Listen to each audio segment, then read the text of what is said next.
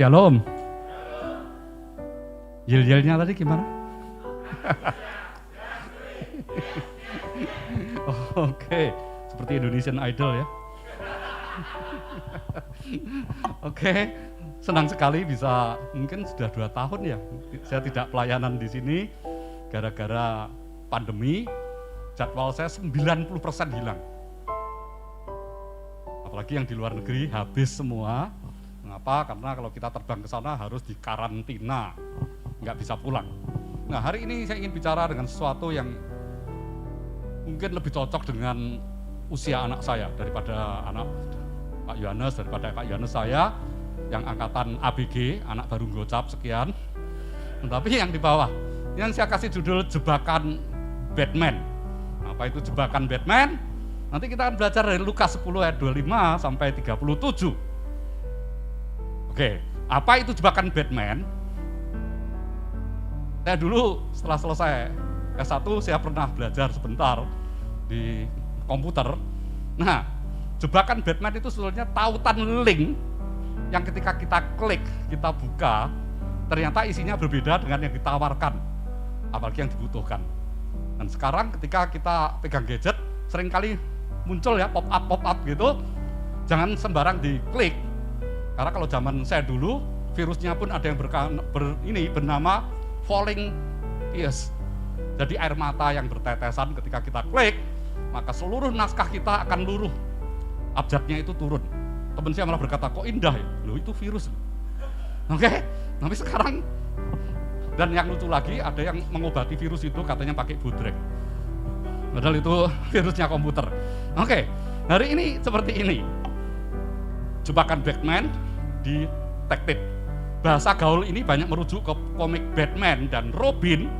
Siapa yang pernah baca komik Batman dan Robin yang hard copy, yang masih berupa komik, itu ada tulisan seperti ini. Karena Batman dan Robin sering dijebak oleh musuhnya. Dan Robin sering berkata begini, "Holy Batman, we are trapped." Kita terperangkap. "Shoot, it's trap, Robin." Sahut Batman, kita terperangkap. Nah, apakah di Alkitab itu tidak ada jebakan Batman? Yesus pun sering dijebak oleh ahli Taurat. Mari kita lihat yang pertama. Ahli Taurat itu menjebak Yesus. Di dalam Lukas 10, 25 sampai 28. Pada suatu kali berdirilah seorang ahli Taurat untuk mencobai Yesus, katanya, "Guru, apa yang harus kuperbuat untuk memperoleh hidup yang kekal?" Jawab Yesus kepadanya, "Apa yang tertulis di dalam hukum Taurat?" Itu sebabnya Yesus selalu berkata, "It was written," ada tertulis. Jawab, "Apa yang kau baca di sana?" Jawab orang itu, "Kasihlah Tuhan Allahmu dengan segenap hatimu, dan dengan segenap jiwamu, dan dengan segenap kekuatanmu, dan dengan segenap akal budimu. Dan kasihilah sesamamu manusia seperti dirimu sendiri." Kata Yesus kepadanya, "Jawabmu itu benar, perbuatlah demikian, maka engkau akan hidup." Nah, seringkali jurang yang paling dalam itu adalah apa yang kita ketahui dan apa yang kita praktekkan. Kadang-kadang kita tahu banyak, tetapi prakteknya nol. Betul ya? Ada mahasiswi S2 saya yang dia S1-nya dokter, nggak ngambil S2-nya, dan saya tanya, "Mengapa you ambil kecantikan?" Dan dia berkata, "Saya ingin membuat orang lain lebih cantik." Dan rata-rata dokter kecantikan itu memang cantik. Nah, tapi ternyata kita tahu bagaimana merawat, tapi untuk melakukannya itu gak gampang. Siapa yang tahu bahwa saat teduh itu baik? Oke? Nah, pertanyaannya, siapa yang rajin setiap hari saat teduh tanpa berlubang? Nah, seringkali begitu ya. Kalau gigi kita berlubang, kita segera ke hurry up to the dentist, ke dokter gigi. Tetapi kalau saat teduh itu berlubang, kita tenang-tenang aja itu. Merasa tidak ada yang salah begitu. Nah, mari kita lihat. Ahli Taurat terjebak oleh pertanyaannya sendiri. Dia ingin jebak Yesus dengan jebakan Batman.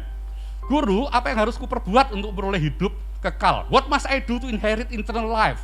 Apa yang harus aku perbuat untuk inherit, itu mewarisi hidup kekal. Mari kita lihat, tidak seorang pun itu memperoleh warisan karena melakukan sesuatu. Betul ya? namanya warisan, itu kita nggak perlu melakukan sesuatu. Warisan adalah sesuatu yang kita terima dari seseorang karena kita mempunyai hubungan dengan orang itu. Misalnya ortu, anak. Saya sering ngomong sama anak saya, ini rumah, nanti papa nggak ada, ini jadi milikmu loh. Betul kan? Itu namanya warisan, mewariskan kepada anak. Kita nggak harus bekerja keras untuk memperoleh itu. Kecuali kita bekerja keras untuk memperoleh hasil, kita beli sendiri. Oke. Hidup kekal bukanlah apa yang harus aku lakukan bagi Tuhan, melainkan apa yang Tuhan telah kerjakan dalam hidup kita. Nah, ini yang indah. Karena kalau apa yang kita lakukan untuk memperoleh keselamatan, kita jadi sombong. Kita merasa, wah ini hasil karyaku. Enggak, tapi karena ini pemberian. Remember what God has done for us.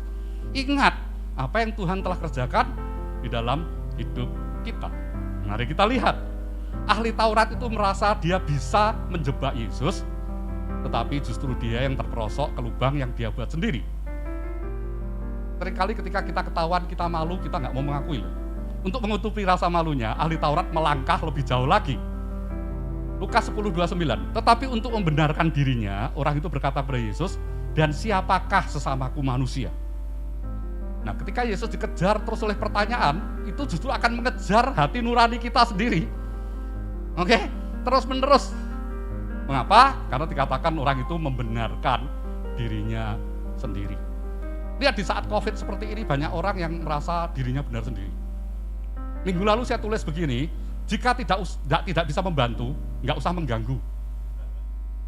Betul ya? Nggak bisa membantu, nggak usah mengganggu. Karena berapa tenaga nakes yang berjuang di garis depan, kita nggak usah mengatakan bahwa ini konspirasi tingkat tinggi segala. Ketika nanti Trump kalah, virusnya hilang. Loh, yang hilang ya Trump dari Gedung Putih, betul ya? Betul kan? Seberapa sering kita ngotot untuk membenarkan diri sendiri.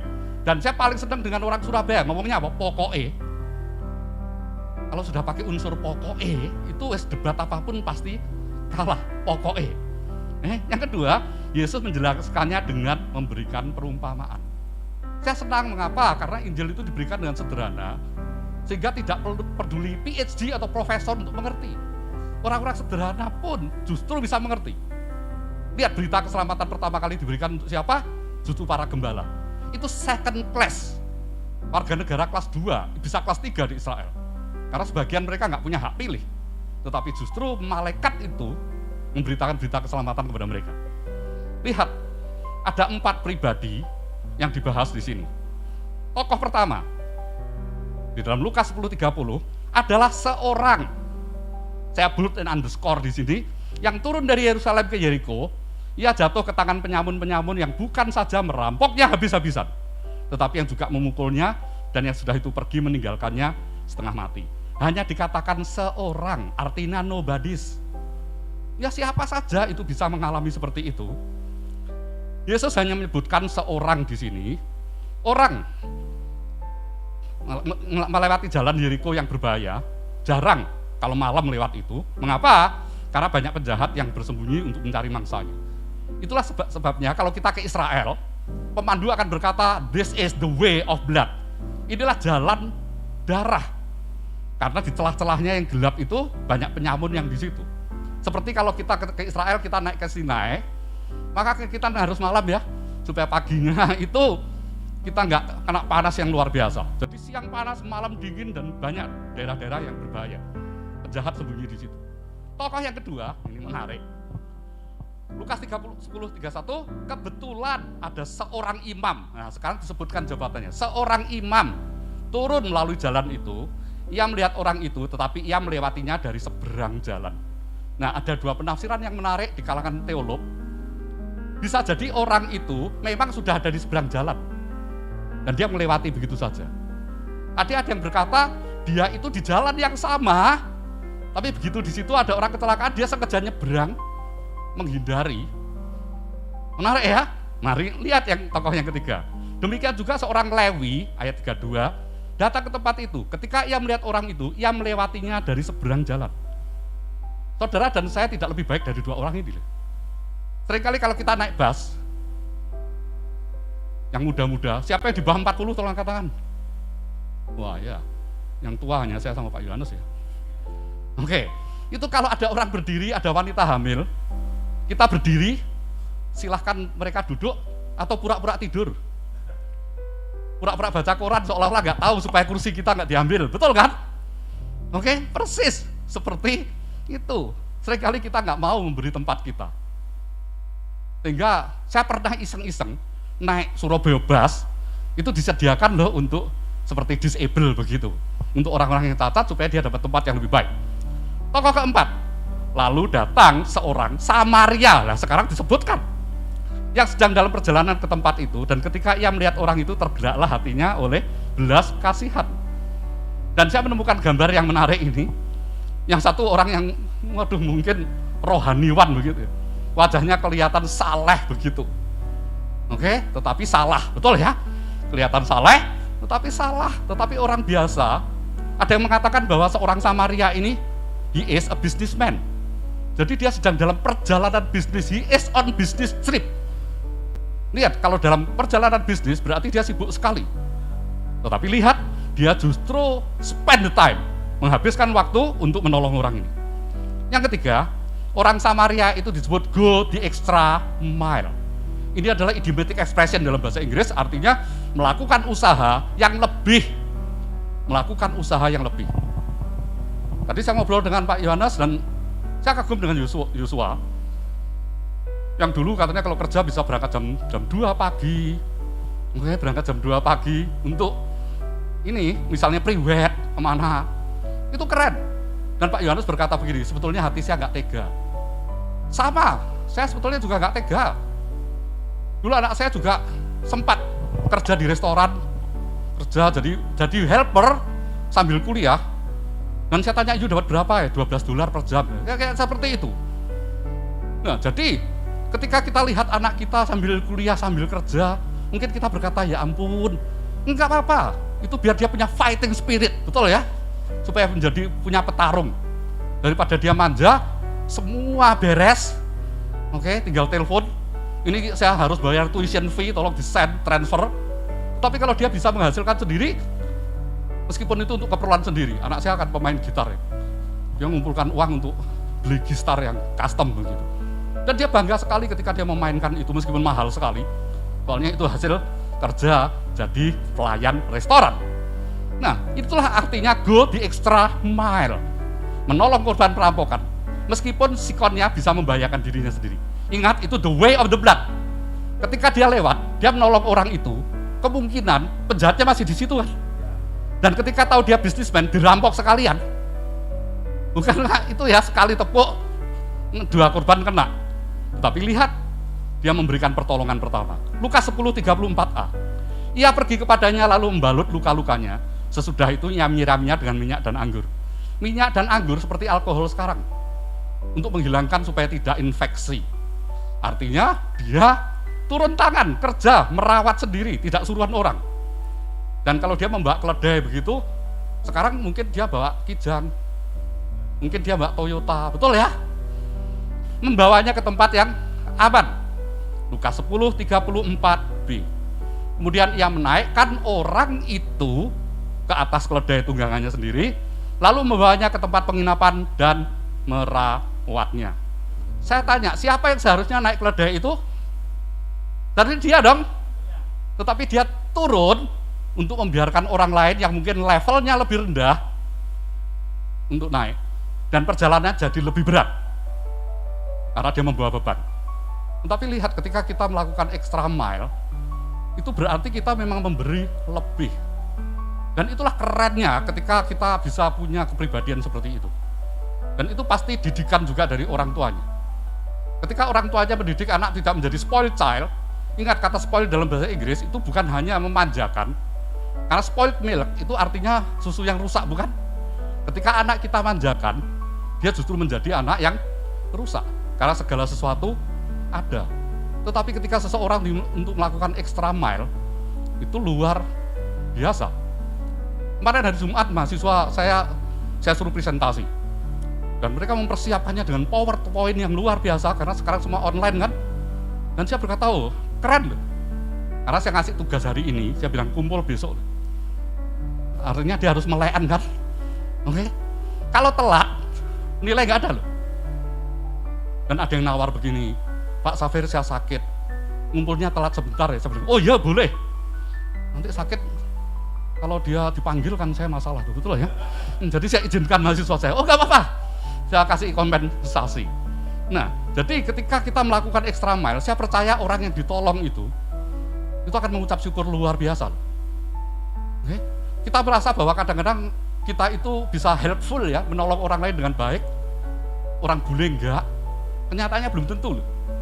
Dan salah satu yang saya senangi adalah orang Jepang. Mengapa? Kalau dia nolong, nggak tanggung-tanggung. Suatu kali saya dari Tokyo mau ke Osaka, naik Shinkansen. Saya nggak tahu itu di gerbong mana, di rel mana. Saya tanya sama ibu-ibu setengah baya, yang nggak ngerti Inggris, saya nggak bisa Jepang, betul? Kalau saya ngomong Jepang paling bisanya Ajinomoto, betul kan? Oke. Nah, ketika saya tanya, begitu dengar kata Shinkansen, dia langsung pamit sama mungkin karyawan yang lain. Ngomong pakai Jepang saya nggak tahu apa, antrin saya, bukan ditunjukin jalan. Di mana? Di depan kereta Shinkansen itu. Bukankah itu keren? Dan setelah itu dia dengan senyum membungkuknya itu, waduh, saya nggak berani deket-deket takut jedukan kan. Nah, dia baru balik. Itulah give an extra mile, memberi yang lebih lagi dari tuntutan. Tiga, mengorbankan uang dan waktunya. Lihat Lukas 10:35. Keesokan harinya ia menyerahkan 2 dinar, itu uang cukup tinggi loh pada saat itu, kepada pemilik penginapan itu. Katanya, rawatlah dia dan jika kau belanjakan lebih dari ini, aku akan kembali menggantinya waktu aku kembali. Jadi kalau sekarang kalau kita ke hotel begitu, maka kartu kredit kita di open, betul ya? Supaya nanti kalau ada cat, apakah itu laundry, dia tinggal masuk kan aja ke situ. Luar biasa. Jadi dia sudah nolong, sudah mengeluarkan uang, pasti berkata kalau kurang, nanti saya balik, tanggungannya saya tambah. Itu luar biasa. Kenal aja enggak loh? Bukankah itu indah sekali? Mari lihat yang keempat. Yesus membalikkan jebakan Batman kepada ahli Taurat sekaligus memuji orang Samaria. Lukas 10:36-37. Siapakah di antara ketiga orang ini menurut pendapatmu adalah sesama manusia dari orang yang jatuh ke tangan penyamun itu?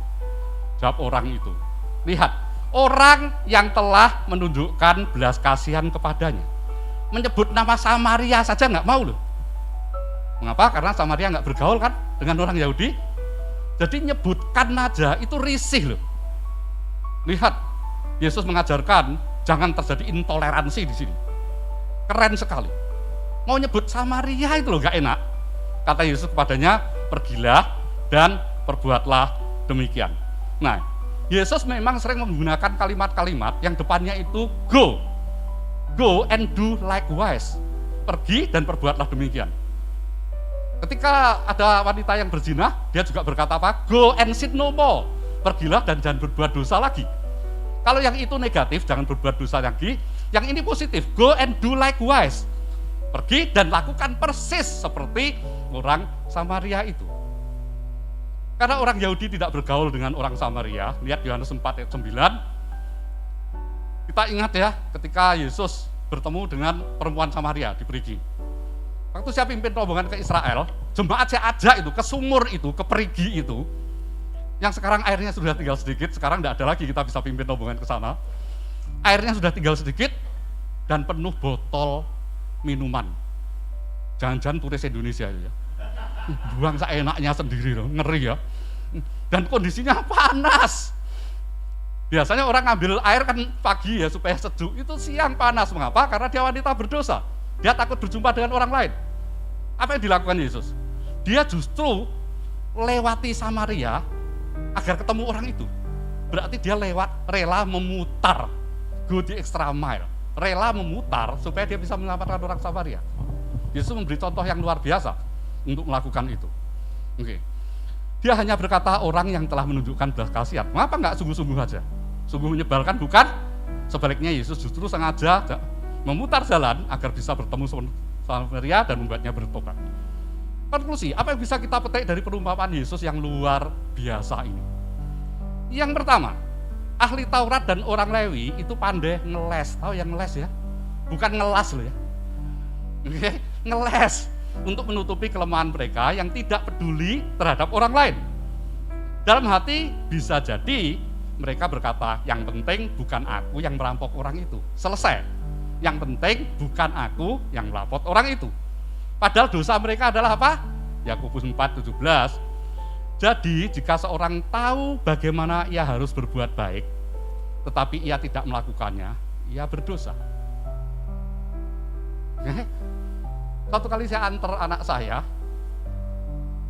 pindah ke Surabaya. Ketika antar anak saya sekolah, saya itu tidak terlalu hafal jalan dan nggak pakai Waze. Oke. Tiba-tiba di depan ada petani, entah petani bagaimana berasnya jatuh, eceran. Saya menghentikan kendaraan saya, tolong petani itu atau antar anak sekolah saya. Padahal di anak sekolah saya ketat sekali. Kalau dia telat, wah, ada konsekuensi yang harus ditanggung. Saya lirik anak saya sama lirik orang itu. Tapi kita itu kan diberi hikmat ya, jangan ditiru ya. Hikmat saya berkata begini, Tuhan, mungkin kau bisa kirim orang lain. Halo, siapa yang punya pikiran sama dengan saya? Halo, jujur loh. Ya saya mengatakan begini, Tuhan, kau bisa kirim orang lain. Dan ternyata benar itu. Ada orang kirim, wah selamat langsung bablas, betul ya? Ini mentalnya kayak gitu loh. Daripada ngerasani orang lain, lebih baik ngerasani diri sendiri kan? Oke? Nah, jika kita tahu bagaimana berbuat baik, tetapi kita tidak melakukannya, dikatakan iya berdosa. Keras sekali ya. Lihat, ini ada seseorang anak yang berbagi kepada homeless, kepada tunawisma. Dan sekarang sudah menjadi tren di US, di Europe, tren.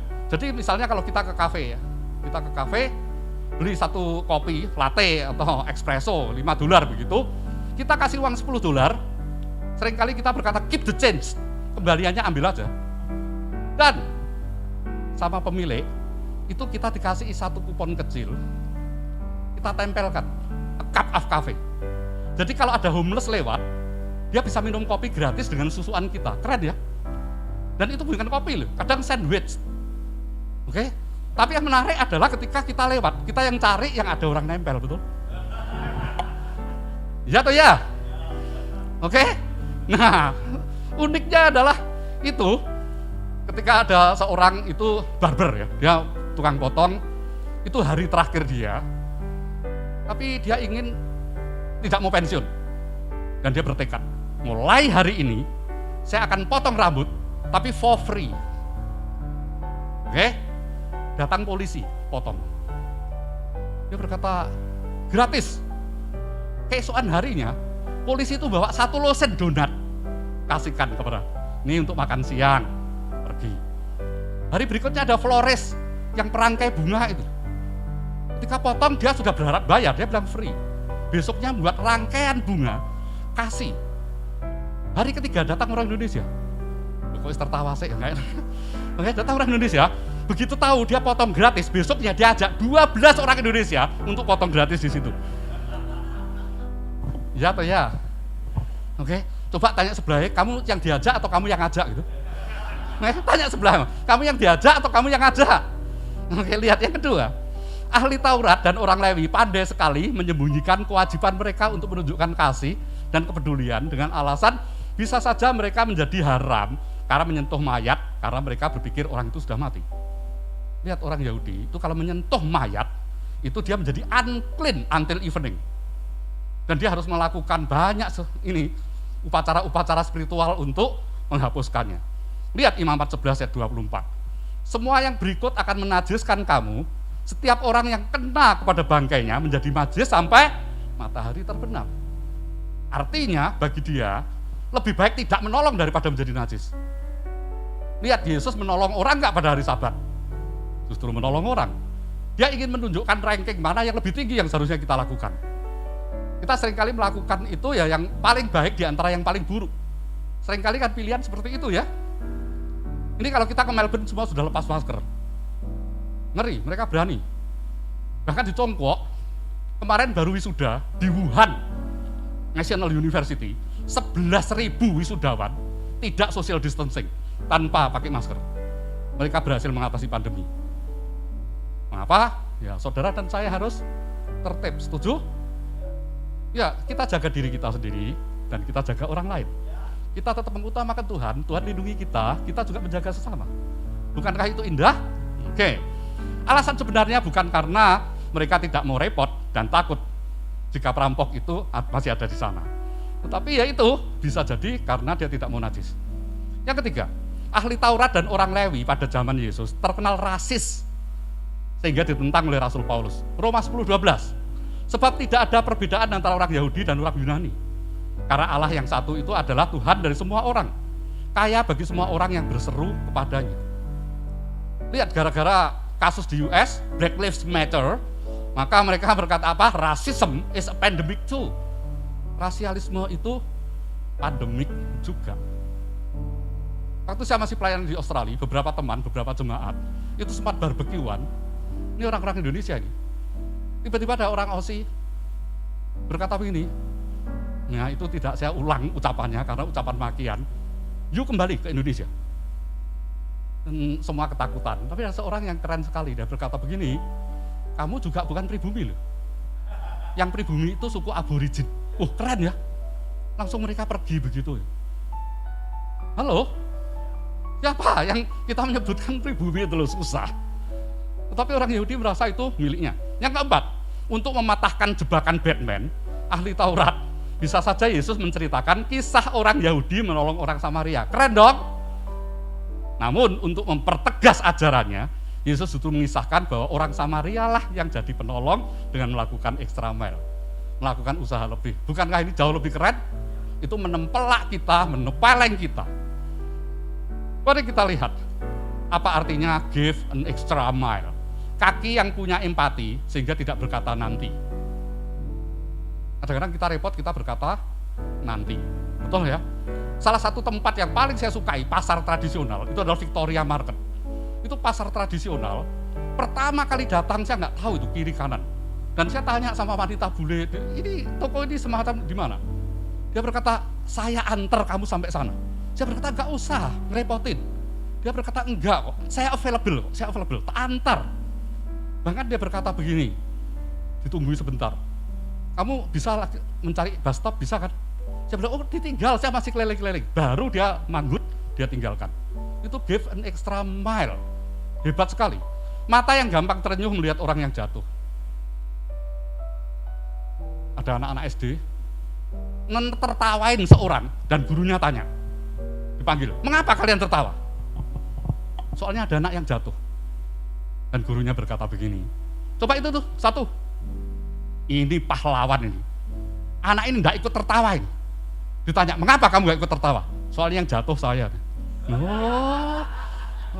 Yang jatuh saya. Jadi rupanya juga bukan pahlawan ini. Oke? Hati yang peduli dan mudah jatuh hati kepada orang yang tersakiti. Gampang? Enggak gampang. Tangan yang ringan sehingga cepat memberikan pertolongan. Sehingga kita disebutnya ringan tangan. Dan saya pernah nge-tweet di Twitter saya tulisan seperti ini. Compassion is compass to passion. Kasih sayang, belas kasihan itu adalah kompas menuju belas kasihan. Ini memang bukan dari kamus karena saya buat sendiri. Compassion is compass to passion. Kalau digabung menjadi compassion, belas kasihan. Marilah kita belajar dari perikop ini supaya kita melakukan apa yang seharusnya Tuhan perintahkan untuk kita lakukan. Tuhan Yesus berkati. Amin. Bapak, kami mengucap syukur jika pada siang hari ini kami belajar to give an extra mile. Berusaha untuk melakukan lebih. Itulah tuntutan yang Tuhan berikan kepada kami. Dan apa yang Tuhan perintahkan itu tidak akan berat. Karena kami percaya Tuhan menyertai kami. Roh Kudus memberi hikmat kepada setiap kami. Ketika kami kesulitan, Yakobus 1 ayat 5 mengatakan, kita bisa meminta hikmat kepada Tuhan.